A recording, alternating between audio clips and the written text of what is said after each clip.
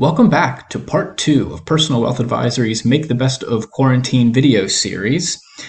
First, thank you very much for all of the positive feedback that we received for part 1. If you missed the first video, which came out last week, you can find a link to watch that in the sidebar of the newsletter. We also got a couple questions about sharing the videos with someone that you know who may find one of these topics of interest to them. And there's 2 easy ways to do that. First, you can simply forward the email with this newsletter to whoever you would like. And second, you can copy the link on the top of your screen to the YouTube video and paste that into an email and send it along. Or you can also text that as well if you are watching this on your phone. So we're very happy for anybody to forward this to friends, family, or coworkers if you feel like one of these topics would be of interest to them. As far as what we're talking about today, we are going to be discussing some of the questions that we have received from our clients over the past month or so about gifting to kids and grandkids. We are going to be talking about federal student loans, and we are also going to be talking about making 2020 contributions to Roth IRAs and traditional IRAs. For those that didn't watch the first video, my name is Andrew Barninger. I am a financial planner and partner at Personal Wealth Advisory, and very happy to be presenting these videos to you. Okay, let's get started with gifting. We've been getting a fair amount of questions about gifting cash and gifting investments to kids and to grandkids. So we wanted to talk about some of these topics and how to do this appropriately. Right now, in general, is a great time to be encouraging the young people in your life to be looking at stocks or using cash that you're going to gift to them to make investments. Not only are stocks relatively cheap because of everything that's been going on this year, but it's always a good time to get our kids and our grandkids started in investing and have a lifelong lesson that they can use for a long time. So gifting cash versus gifting stock, we're going to talk about that. But first, we want to talk about ways that you can gift to your kids and your grandkids. We have clients that do that by contributing to their 529 college savings plans, to IRAs, to Roth IRAs, and to regular old after-tax investment accounts. And the difference there is really important because the last thing we want is to give money to a student and have it disrupt their potential college financial aid in one way or another. We want to avoid that, and I know our clients want to avoid that as well. So many of you are familiar with contributing to 529 plans. If you would like your gift to your child or your grandchild to be for college specifically, adding to an existing 529 plan or setting one up for them is a great option. Many people go that route, and that's a great thing to do. And if you have questions about setting up a 529 or contributing to one that is already set up, please, we're happy to talk with you about that. A question that we often get is, how can I give money to my student grandchild or student child without disrupting their financial aid? One way we can do that is by gifting them money and then have them contribute it to an IRA or to a Roth IRA. Generally, IRAs and Roth IRAs are excluded as student-owned assets during the financial aid filing, the FAFSA filing process. So that's a good thing. The one hang up there is you can only contribute to an IRA or a Roth IRA up to the amount that you have working income. So if we have a child who earned $3,000 from a summer job, they can contribute up to $3,000 to their IRA or Roth IRA. So we have to take into account their work income if they are earning an income when we're thinking about contributing to a retirement account for them. Another option is to contribute to a non-retirement account for our child or grandchild. The other implication there is to remember that that's going to be a student-owned asset when it comes to filing for financial aid. So we want to be careful about which option we are choosing. And the same goes if you gift cash to them and they just keep it in their bank account. It's still going to count as a child-owned asset. And generally, when it comes to FAFSA, they expect to have 20% of student-owned assets used towards college funding. So we don't want to subject that money to be used towards college. So if you are thinking about making a gift to your child or your grandchild and want to talk about how to do that effectively, we are very happy to talk with you about that. Gifting can also help remove some assets from your estate and save what is currently a 4.5% Pennsylvania inheritance tax for kids and grandkids and lineal descendants. Something else we get a lot of questions about is gifting cash versus gifting stock that you already own. And it's a great example here, and we're going to talk a little bit about the differences between gifting stock and gifting cash and why generally gifting cash is a better idea when it comes to taxes. So let's look at an example here of Bob and his grandson Tim. Bob gifts his grandson Tim $5,000 in XYZ stock. Bob bought the stock a long time ago for $20 a share, and today it's worth $70. When Bob gives that stock to Tim, Tim keeps Bob's $20 cost basis. And if he later sells that stock for $100 a share, he's going to have $80 in gains, and he's going to very likely have to pay capital gains tax on those gains. So when we're gifting stock, the cost basis stays the same from Bob to Tim. Let's go over to the gifting of cash. If Bob gifts Tim $5,000 in cash and Tim uses it to buy XYZ stock at today's price of $70 a share, Tim's cost basis will now be $70 instead of $20. If he still sells it when it reaches $100 a share, he's going to have a $30 gain instead of an $80 gain and have a little bit less of a tax liability.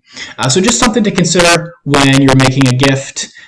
Stock versus cash. Generally, cash is a little bit more friendly on the tax side of things, but again, something we're happy to speak with you about if it's something you want to consider. We're going to spend a fair amount of time here talking about federal student loans. It's a really important topic right now.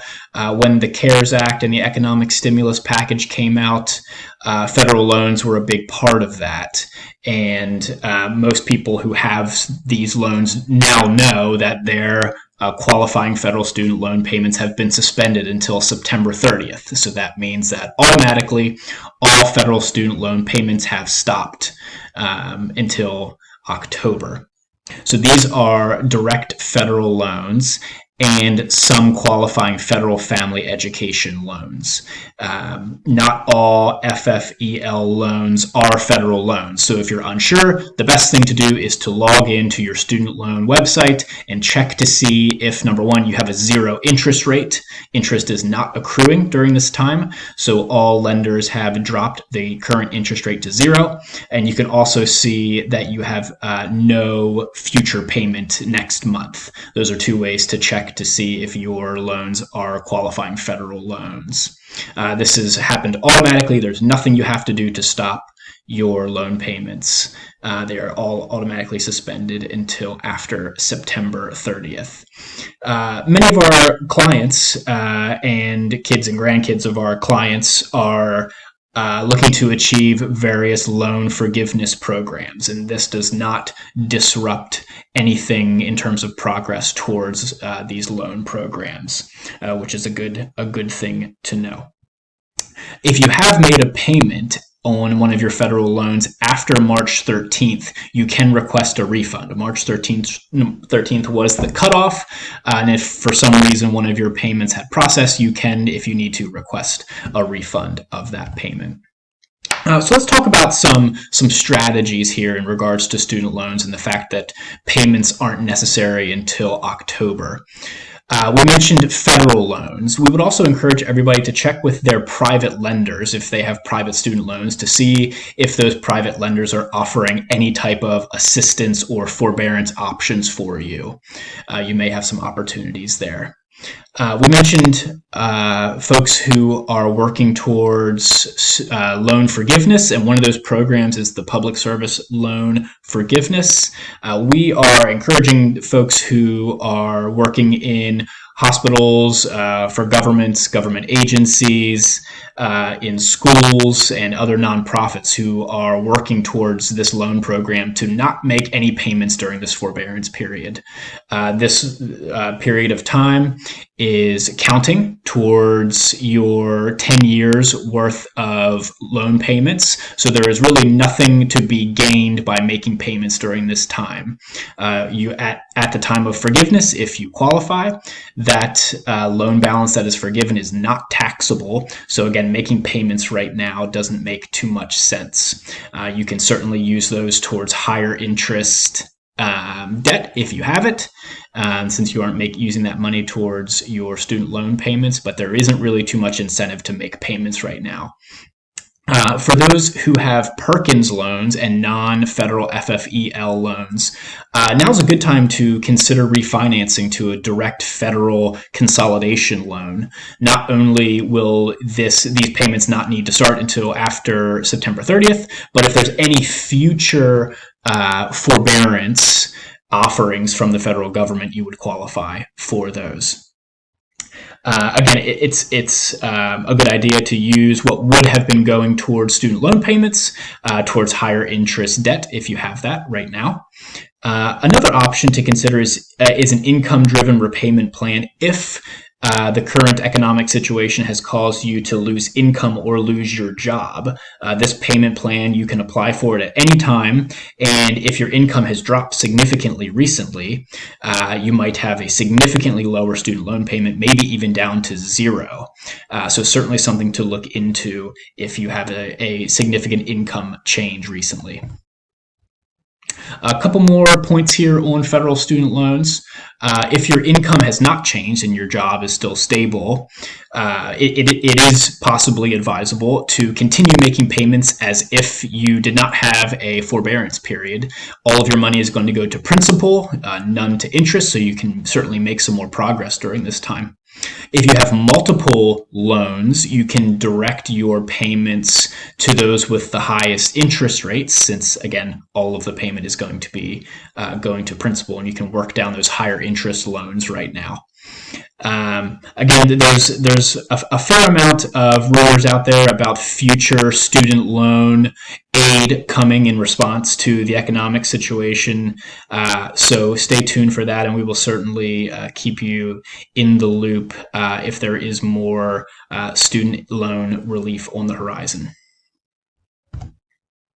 Let's talk briefly about 2020 IRA and Roth IRA contributions. We have many clients who have been calling and contacting saying they want to use this opportunity to make their IRA or Roth IRA contributions now rather than towards the end of the year, and we think that is a perfectly fine idea. We've had a comeback in the markets recently, but stocks are still relatively lower priced than they were earlier this year or in 2019. So in general, if you're a long-term investor, now is a good time to get your money working for you. One of the things that we are encouraging our clients to think about is, in most years, if you're going to make a $5,000 IRA contribution, for example, you do that all at once. You write a check, you deposit it into your IRA, and it's nice and easy. This year, we are encouraging folks to think about doing that over a couple of months. That way, the ups and downs of the market aren't as significant if we are contributing a couple $100s each month, rather than all at one time. So just something to think about that might be a little bit different this year. So similar to dollar cost averaging into your 401k or retirement plan. Rather than trying to time when that contribution is going to go in, we can contribute a little bit over time and manage the volatility, considering we've been seeing a fair amount of day-to-day volatility in the market so far this year. Okay, so that's it for today.